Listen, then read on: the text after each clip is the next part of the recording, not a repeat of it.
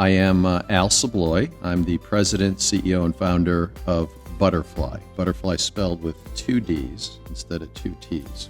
The biggest probably creation of the relationship with Edison was with my company called Tango. Tango with an E at the end. I have spelling issues, by the way. Tango, this is now going back 25 years, was helping large companies save on their telecom expense bill. He invented, in many ways, the gain share, as it's now called, model. $1 million company, I'm a young CEO. Their desire to take a risk with our business model, frankly, impressed me in a big way. Tango went on to become a public company, I think it was knocking on the door of $1 billion, and that was before $1 billion was what everyone was worth in unicorn land. So Tango for Edison was one of our all-time biggest winners. He's gone on to then found a company called Butterfly, which is Edison 8. So it sort of speaks to as well, how do you keep yourself relevant during a literally 25, 30-year tech career with all the tech changes? Al may be a better board member than CEO, and I say that with more respect than to say anything about a CEO capabilities, because clearly his track record's impeccable. I think it was 2006 altogether. And we were growing, and Edison came to me and said, would you like to possibly be on another board? And that's when we really dug in, because a company called Operative and a founder named Lauren Brown, he and Lauren really created a phenomenal connection. It really speaks to our Edison Director network. Al joined my board at Operative, and he was put in as an independent by Edison. We got to put an independent in too, but the ironic part of that is Al became my mentor. You don't just jump on a board, you get interviewed by the CEO, which I did at the time, and got selected for the Operative board. I didn't realize it would be an 11-year journey. Almost every great story is not straight up and to the right. There's always bumps in the road, and that company was one of those that had a couple challenging times.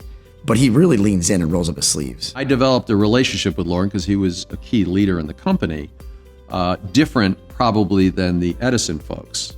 Because again, I'm a fellow traveler who's also an operator who built a company that at that time was ahead of Operative. I would literally sit in his Monday morning sales meetings to see how they were run. I would literally sit in the M&A meetings to see how they were thinking about deals and generating pipeline. I wasn't even 30 yet at the time. So, I had a lot to learn as a founder that, really didn't have CEO experience. And so Al was always there for me every step of the way. To see him grow like that was rewarding for me. I probably had some influence and impact on that.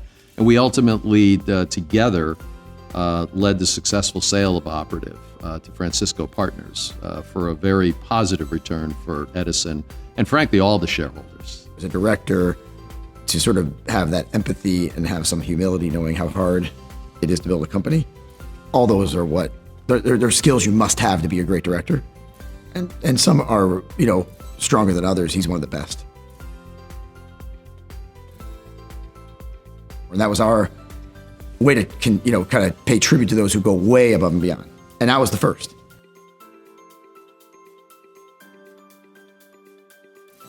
Mount Rushmore for Al was as much about the money he made for our limited partners and Edison partners and frankly, the wealth he created across all these employees and members of his team.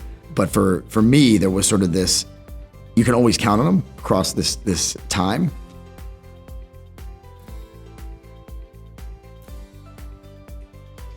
He's always about what's the goal. Remove friction. Impossible is nothing. Aim to be number one. Keeping it simple. The KISS method. At Butterfly, I know he tells his team to defy the laws of thermodynamics, which can't be defined, by the way. Al has done an amazing job as CEO mentor, CEO whisperer, someone who relates. Obviously, when other entrepreneurs, see someone who's been there and done it, their respect goes way up. Frankly, the board is the most important entity with the CEO. The EDN is a crucial contributor to that. And what Edison has done well is been able to populate with folks that have done this before, that have both scars and stripes to be able to contribute to those outcomes and decisions. And again, the EDN ends up being probably one of the more considered objective players on the board. So that a lot of people look to the EDN to have a really key part in making sure that we're all on the same page moving that ball forward.